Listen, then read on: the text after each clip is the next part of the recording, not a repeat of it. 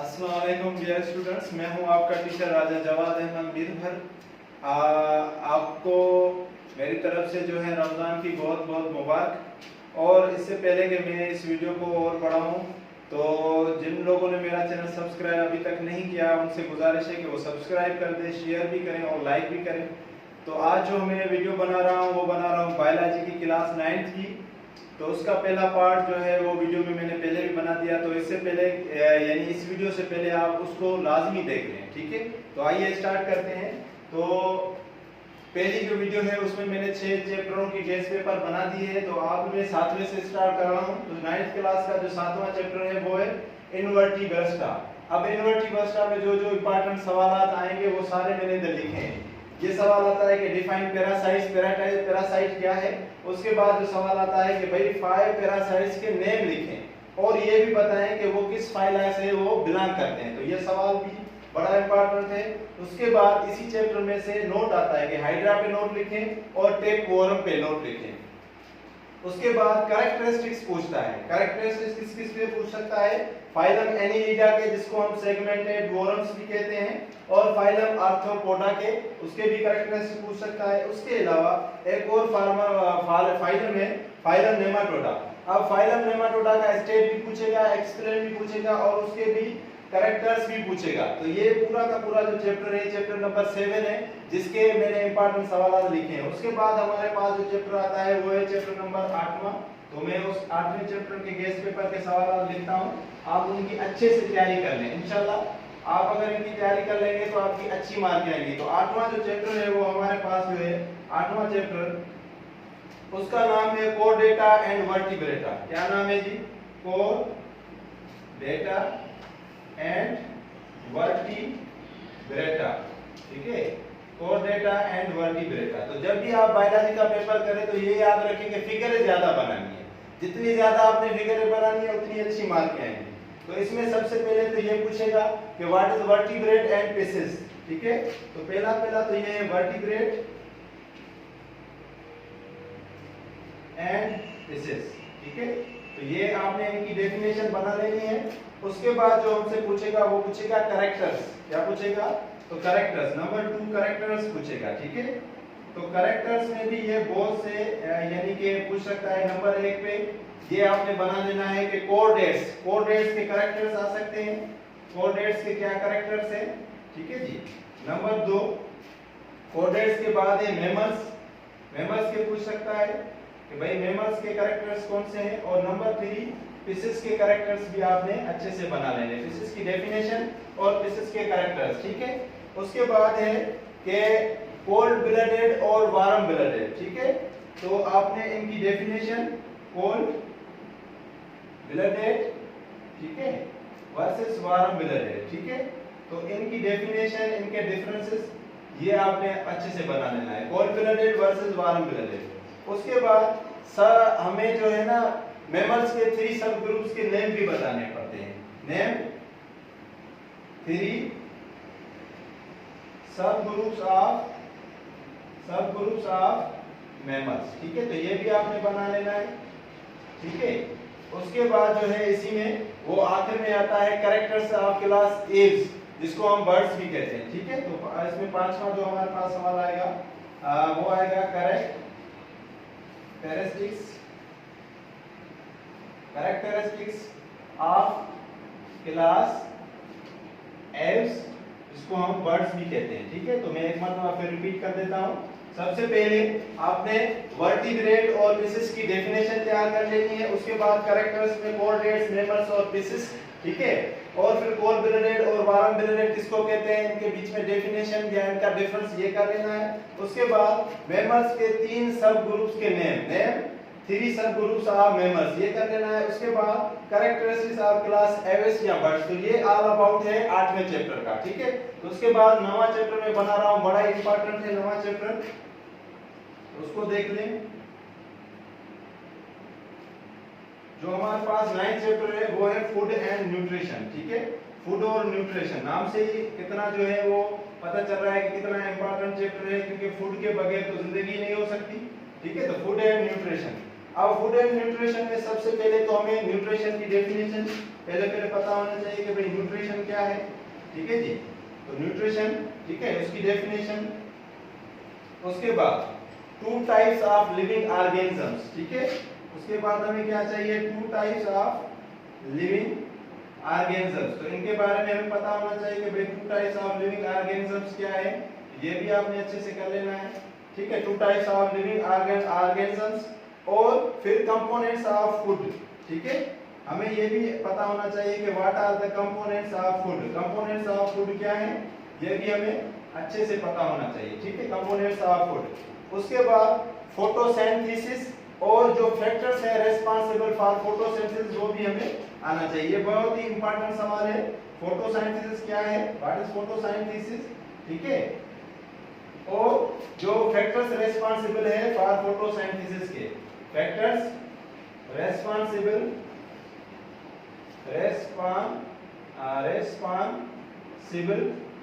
For photosynthesis, responsible for photosynthesis. अब वो factor मैं इधर लिख लेता हूं नाम उनके, जैसे लाइट है हमारे पास, ठीक है जी, कार्बन डाइऑक्साइड है हमारे पास और क्लोरोफिल है, ठीक है। और तीसरा जो हमारे पास है वो है क्लोरोफिल। तो ये अच्छे से आपने इसके इनके बना लेने हैं, क्लोरोफिल, ये तीनों के तीनों है हमारे पास, जिनको आपने अच्छे से बना लेना है। और इसके अलावा फोटोसिंथेसिस में एक और सवाल आएगा कि why leaves are the major sites of photosynthesis, तो ये भी बना लेना है, why leaves are major source of या फैक्टर ऑफ फोटोसिंथेसिस, ठीक है। तो ये सवाल भी आपने अच्छे से बना लेना है। तो ये फोटोसिंथेसिस बहुत ही इंपॉर्टेंट है इसमें, ठीक है। उसके बाद जो है हमारे पास के जैसे हमने न्यूट्रिशन किया, इस तरह मलन्यूट्रिशन और हेल्थ प्रॉब्लम, ठीक है। हमें मलन्यूट्रिशन का भी पता होना चाहिए कि मलन्यूट्रिशन क्या है, ठीक है, मलन्यूट्रिशन। और हमारे पास एक और है हेल्थ प्रॉब्लम, ठीक है। तो ये भी हमें अच्छे से आना चाहिए, मलन्यूट्रिशन क्या है और हेल्थ प्रॉब्लम, ये हमारे कौन कौन से फैक्टर है। उसके अलावा इसमें हमें बैलेंस डाइट का भी पता होना चाहिए कि what is the balance diet, ठीक है। बैलेंस डाइट बहुत ही इंपॉर्टेंट सवाल है, वो भी हमें पता होना चाहिए कि what is the balance diet. उसके अलावा इसके अंदर जो है वो है टूथ डीके, ठीक है, टूथ डीके भी आना चाहिए हमें, इसको भी आप अच्छे से, क्योंकि ये बहुत ही इंपॉर्टेंट चैप्टर है, तो टूथ डीके भी जो है ना वो आपको करना चाहिए। और इसके अलावा जो इसके अंदर है, तो ये पहले लिख रहे हैं क्योंकि अभी इसके अंदर तीन टॉपिक्स और हैं। तो जैसे इसमें पहले न्यूट्रिशन आएगा, two types of living organisms कौन से हैं, कंपोनेंट्स ऑफ फूड, और फोटोसिंथेसिस और रेस्पॉन्सिबल फैक्टर्स फॉर फोटोसिंथेसिस, जिसमें लाइट, कार्बन डाइऑक्साइड और क्लोरोफिल। और उसके अलावा लीव्स जो है वो इंपॉर्टेंट सोर्स क्यों है फोटोसिंथेसिस के, ये भी आपने सवाल बना लेना है। और मालन्यूट्रिशन किसको कहते हैं, हेल्थ प्रॉब्लम, बैलेंस डाइट और टूथ डीके। इसके अलावा इसमें जो नंबर टॉपिक है मैं इसको मिटाता हूं ऊपर से, ठीक है, ताकि ये अच्छे से आप उनकी तैयारी कर लें। ये टॉपिक बड़े इंपॉर्टेंट है। तो नवा जो इसका टॉपिक होगा वो है हमारे पास के special modes of nutrition found in plants, ठीक है। तो special modes of nutrition found in plants, found in plants. तो प्लांट्स के अंदर जो मोड्स ऑफ न्यूट्रिशन है वो कौन कौन से हैं, ये आपने अच्छे से तैयार करना है। और उसके अलावा roughage and how it's related to our health, ठीक है।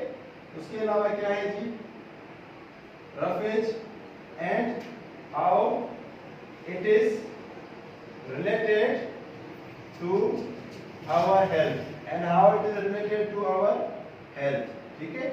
उसके अलावा जो 11वां जो इसमें लास्ट जो टॉपिक है वो है कि process of mechanical and chemical digestion in man, ठीक है। Process of mechanical and chemical digestion in man. तो ये बहुत ही इंपॉर्टेंट सवाल है। तो इसी तरह ये जो चैप्टर नंबर जो 9 है, इसमें मैंने आपके लिए 11 सवाल जो अहम है वो मैंने लिखे हैं। आप इनको अच्छे से करें तो इंशाल्लाह आपको कोई मसला नहीं होगा। तो इसके बाद हम चैप्टर नंबर 10वां करते हैं। तो देखें चैप्टर नंबर 10वें में कौन कौन से सवाल जो हैं वो अहम है, वो मैं इधर लिख रहा हूँ। चैप्टर नंबर 10वां, चैप्टर नंबर 10 अब चैप्टर नंबर 10 का नाम है रेस्पायरेशन। क्या नाम है? रेस्पायरेशन। रेस्पायरेशन। अब इस रेस्पायरेशन में जो सबसे पहला जो आपने सवाल कर लेना है वो है एटीपी। ठीक है, क्या कर लेना है? एटीपी। अब एटीपी का जो फुल फॉर्म है वो है एडिनोसाइन ट्राइफॉस्फेट। क्या है जी? Adenosine triphosphate. तो मैं इधर लिख भी देता हूं एडिनोसाइन ट्राइफॉस्फेट। तो ये बहुत ही इंपॉर्टेंट है, इसको हम एनर्जी करेंसी भी कहते हैं। तो इस तरह से ये आपको आना चाहिए। और उसके अलावा एक और है कि रीजनिंग में आता है जो कि why do people have to breathe deeply, why do people have to breathe deeply, why do people have to breathe deeply after vigorous exercise, after vigorous exercise, vigorous exercise. तो ये सवाल जो रीजनिंग में आता है ये सवाल भी आपने बना लेना है। और इसके अलावा इसके अंदर जो तीसरा है कि what are the disorders of respiratory system, what are the disorders, what are the disorders of respiratory, what are the disorders of respiratory system? Are harmful substances of tobacco, are harmful substances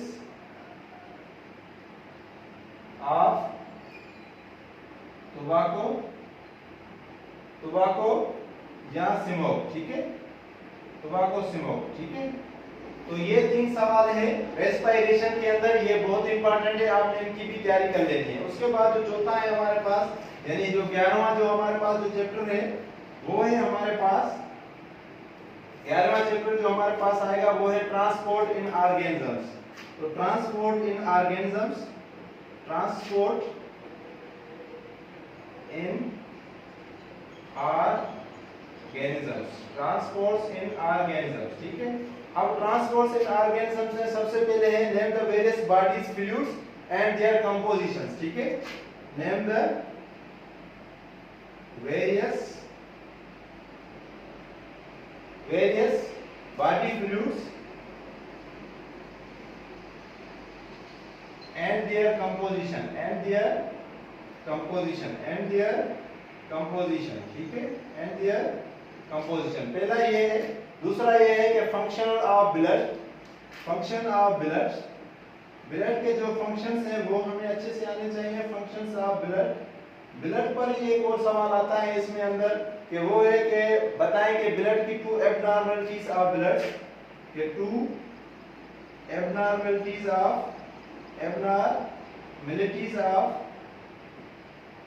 blood, 2 abnormalities of blood.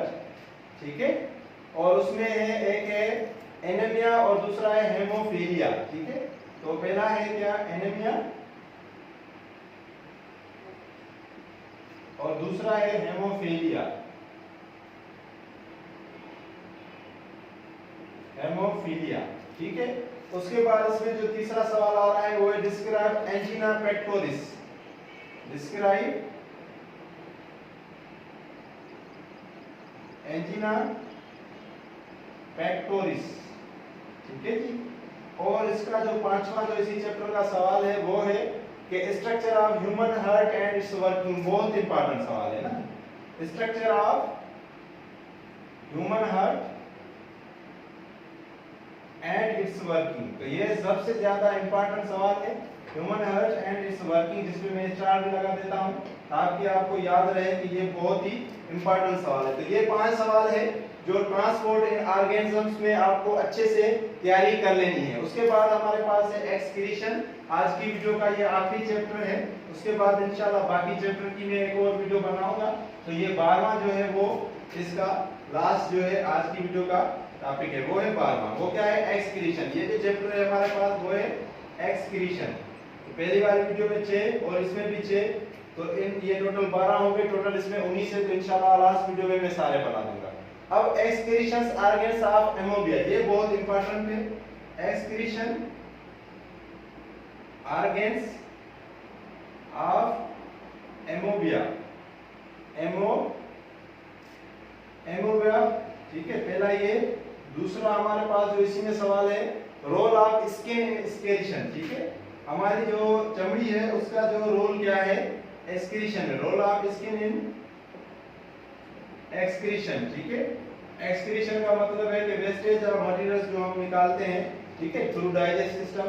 उसके बाद mechanism and working of kidney, बहुत ही important सवाल, mechanism, ये बहुत ही important है, mechanism and working of kidney, mechanism and working of kidney, ठीक है, mechanism and working of kidney. और नंबर जो चौथा है इसके अंदर वो है kidney failure, kidney stone and dialysis machine.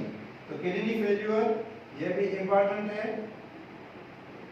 ठीक है, फेल्यूर और किडनी स्टोन, किडनी स्टोन।